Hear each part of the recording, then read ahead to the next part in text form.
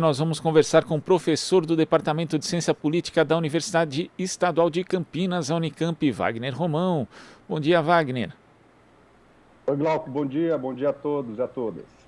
Wagner, as disputas em torno da indicação do próximo ministro do STF parece que agora estão mais quentes. Ontem o pastor Silas Malafaia fez ameaças dizendo que ia expor ministros do governo que estariam trabalhando contra a indicação do alegadamente terrivelmente evangélico André Mendonça ao Supremo.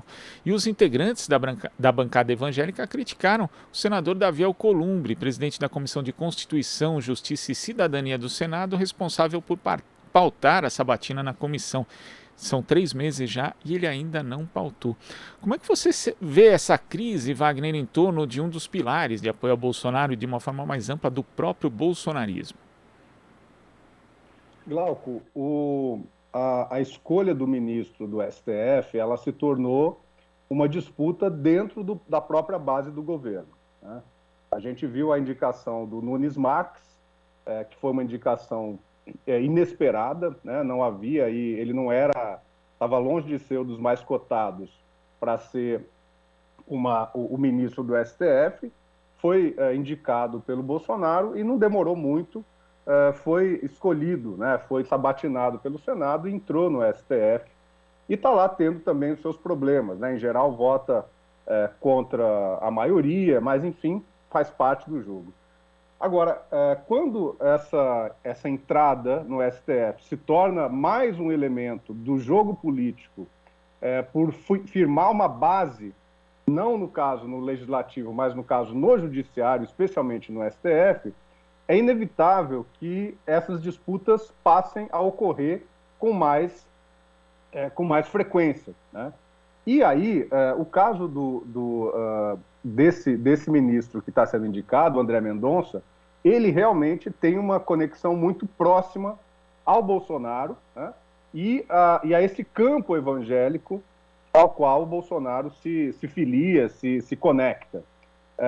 Só que o governo hoje, né, ele é um governo muito mais diverso, no sentido do acolhimento do Centrão, né? E me parece aí que há um problema, né? Me parece que o Centrão tem outros indicados para colocar, me parece que até o ministro Aras, né? o PGR Augusto Aras.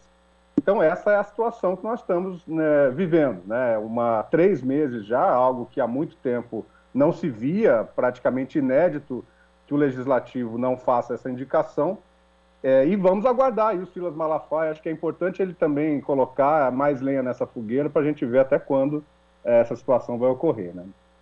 E parece que a ferocidade, né, a voracidade, no caso, dos parlamentares do Centrão, ela anda bastante forte, né? Vide a convocação do ministro Paulo Guedes para se explicar a respeito das contas offshore que apareceram ali no escândalo do Pandora Papers, né? Foram 310 votos, com muitos integrantes do Centrão votando a favor. Então existe uma certa insatisfação nessa base do governo que ficou bem demonstrada aí, e insatisfação também em relação ao ministro Paulo Guedes, já que seria interesse do Centrão também, Wagner, fazer um desmonte do que é o Super Ministério da Economia para ficar com algumas pastas que surgiriam a partir desse desmembramento?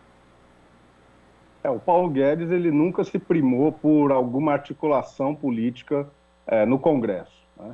E essa situação com o Pandora Papers, e acho que as pessoas devem estar informadas, mas basicamente se descobriu que o Paulo Guedes tem uma offshore, né?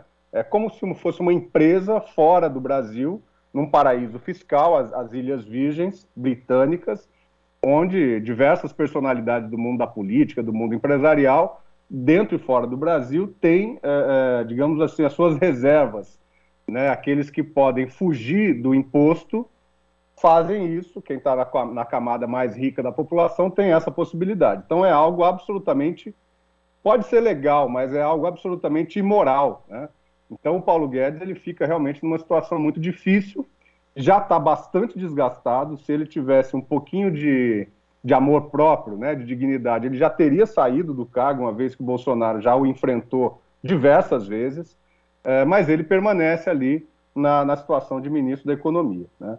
Então é muito provável que esse choque, né, ele era previsto que ele fosse ao Congresso Nacional se explicar com relação a isso nessa semana. Parece que não vai ser mais nessa semana, mas eu penso que vai ser um choque importante essa vinda do Paulo Guedes para se explicar no Congresso Nacional, e acho que ele deve muitas explicações, né? Como é que o ministro da Economia, que tem ali uma grande responsabilidade com relação ao câmbio, né, ao controle do câmbio de dólar no país, a outras maneiras também de pensar a questão tributária, né? O Paulo Guedes teve uma posição na reforma tributária, que foi uma posição de que esses paraísos fiscais, né, permanecessem paraísos, ou seja, não fossem taxados pelo fisco brasileiro. Então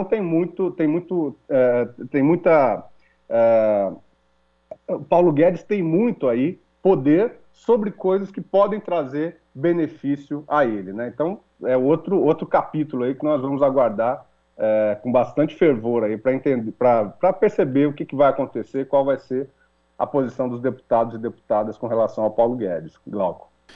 Interessante porque tem essa divisão, né, essa insatisfação do Centrão em relação ao Paulo Guedes, mas o jornalista Maurício Stice, do portal UOL, que acompanha TV, destacava num artigo ontem ou anteontem, salvo engano, que a TV Record também tem sido muito negativa em relação a Paulo Guedes, né? O noticiário dela é sempre focando ali os problemas econômicos, responsabilizando o ministro da Economia, o que destoa de todo o resto da cobertura da Record em relação ao próprio governo Bolsonaro, né? Porque adula bastante o presidente da República.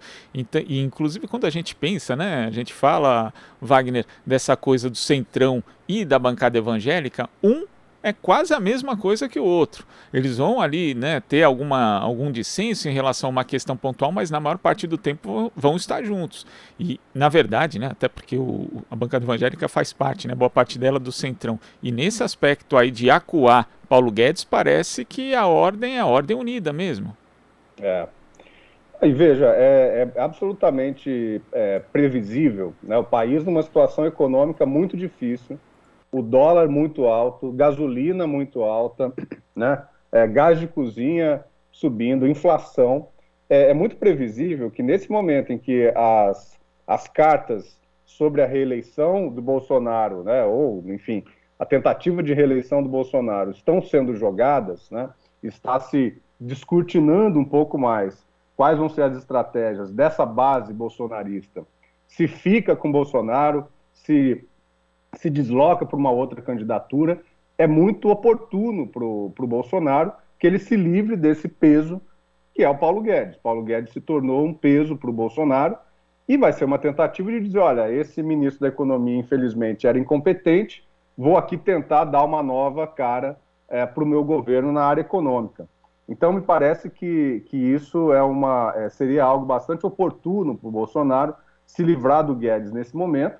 E acho que aí devem ter agentes atuando nesse campo evangélico, nesse campo mais ligado ao Centrão, que não tem um compromisso direto, digamos assim, né, com essa agenda fortemente neoliberal do Paulo Guedes, que está mais querendo sobreviver na política, né? Então pode ser esse o cenário que está se descortinando aí. E esse processo de desgaste do Paulo Guedes, a descoberta da offshore, né, dessa empresa que ele tem no exterior, pode ser aí uma bela desculpa para que o Bolsonaro se livre do Paulo Guedes nesse momento. Mas isso também não teria, na verdade, o condão de fragilizar ainda mais o governo, Wagner? Porque a gente vê que o Paulo Guedes ali, ele é um núcleo meio que protegido, meio não, né? Totalmente protegido, por exemplo, pela mídia tradicional e mesmo por parte da classe política. Nós vimos aí na CPI da Covid, quando se chegou à responsabilidade do Ministério da Economia, o Ministério da Economia tem muita responsabilidade na condução da pandemia que foi feita pelo governo de Jair Bolsonaro, houve uma blindagem. O próprio presidente da CPI, Omar Aziz, falou, não vamos convocar o Paulo Guedes porque ele, né, não queremos atrapalhar a economia no momento, como se precisasse, né, atrapalhar a economia, que não vive nenhum momento maravilhoso. Então isso também não coloca mais em risco ainda o governo, e mais o governo na mão do Centrão?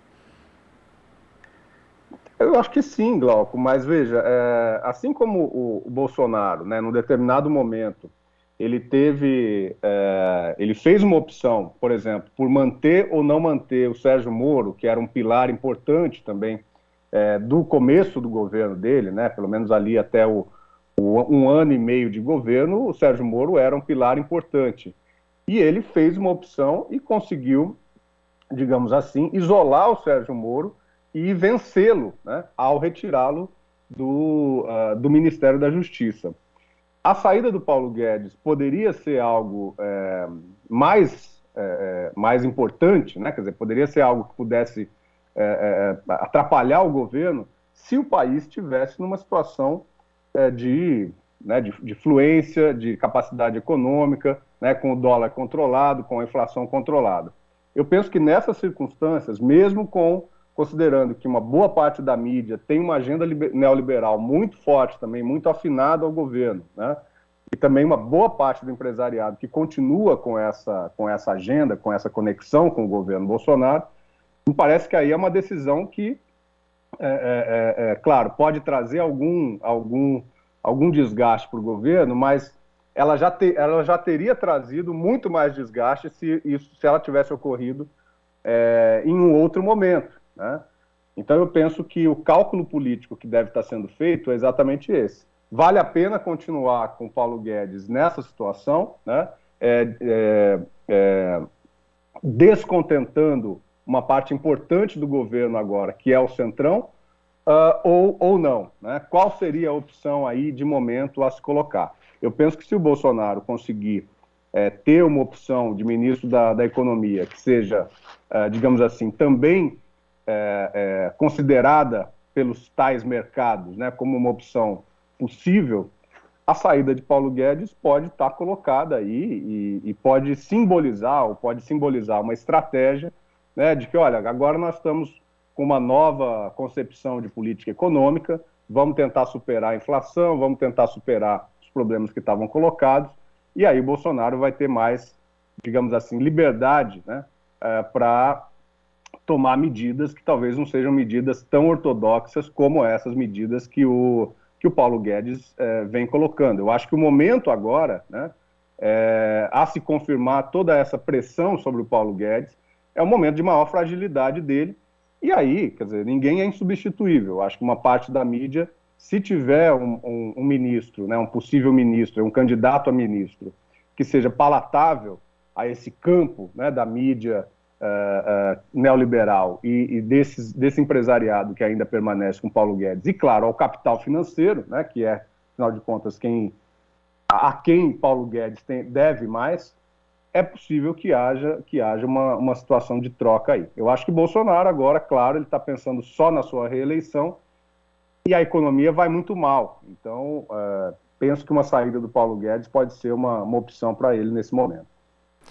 Inclusive, quando você lembra do episódio do Moro, Wagner, muita gente ali àquela altura acreditava que seria um episódio muito difícil, né, do presidente Jair Bolsonaro superar, até porque eles coadunavam e coadunam ainda do mesmo tipo de ideologia, né? Eles formam ali a massa bolsonarista. Mas ele não só conseguiu, como hoje quem está na berlinda é Sérgio Moro, né? Por mais que queira se apresentar como uma figura de centro democrático, a boa parte da população sabe que não é isso, né? E quem adere a Moro, na verdade, tem o mesmo tipo de aderência a Jair Bolsonaro. Então não se pode subestimar aí a capacidade de mobilização do bolsonarismo em prol do presidente, Wagner.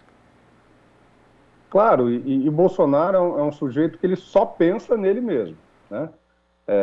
Ele é um sujeito que ele não tem partido político, né? Ele vai alugando situações, posições aí na política para permanecer na política. Eu fiquei muito curioso, né? Assim, essa atitude do Bolsonaro hoje, no domingo, em frente ao jogo ali do Santos, ali na Vila Belmiro, em que ele diz, olha, eu tô aqui imunizado, eu tô mais imunizado que gente que tomou a vacina, né? Então, é muito caricato, porque ele é um ególatra, né? Ele só pensa realmente nele mesmo, e se ele tiver que abandonar essas pessoas que o serviram, né? Como o Sérgio Moro abandonou a magistratura para servir o Bolsonaro, foi abandonado, né? Outros casos aí, Gustavo Bebiano, né, que já faleceu, enfim, a gente poderia fazer uma lista aqui desses que foram servir Bolsonaro, uma boa parte dos ministros militares, né, que também passaram por um desgaste muito forte. Então eu penso que ele não vai ponderar muito se ele entender que o Paulo Guedes é um peso para ele constituir a sua base política, né, para ele fazer uma situação. E veja, a gente começou falando essa nossa conversa aqui, Glauco, a respeito do ministro do STF, do próximo ministro do STF. Também é o Centrão que está pressionando para que ele abandone o ministro terrivelmente evangélico, né, o André Mendonça, terrivelmente evangélico, para ter um outro candidato ao STF, que deve ser o Augusto Aras, que é muito mais palatável ao Centrão, né? Digamos assim, que vai dever mais favores ao próprio Centrão. Vamos entender, o pessoal que está nos assistindo, né, que a grande questão é a seguinte: você coloca ali um ministro que é um ministro jovem, o André Mendonça me parece que não tem 50 anos, se eu não estiver enganado, ele pode ficar 20, 25 anos como ministro do STF, né? Quer dizer, então é uma decisão bastante complexa, bastante com impactos para o futuro, né? Para os próximos 20, 25 anos. Então esse, me parece, é o cálculo aí do Centrão, que vai querer muito mais colocar um ministro do STF que seja mais próximo, né, que seja mais conversável do que o André Mendonça, que aí sim me parece que é um fundamentalista, né, cristão, e que deve aí uma obediência ao Bolsonaro e a esse núcleo mais duro do bolsonarismo, né? Então eu acho que é muito parecido, né, o que está acontecendo com relação ao STF e com relação também ao Paulo Guedes. E a gente tem ali um Centrão que está se afirmando no governo e que, ao mesmo tempo, está sendo bombardeado por setores, digamos assim, os setores mais originários do bolsonarismo. Wagner, muito obrigado pela sua participação, por atender a gente aqui nesse feriado de 12 de outubro, e até a próxima. Grande abraço, Glauco. Se você está trabalhando, a gente tem que trabalhar também. Tá certo, vamos todo mundo trabalhar aí. Tchau, um abraço. Abraço. Conversamos aqui com o professor do Departamento de Ciência Política da Unicamp, Wagner Romão. Aqui você ouve as notícias que os outros não dão. Jornal Brasil Atual.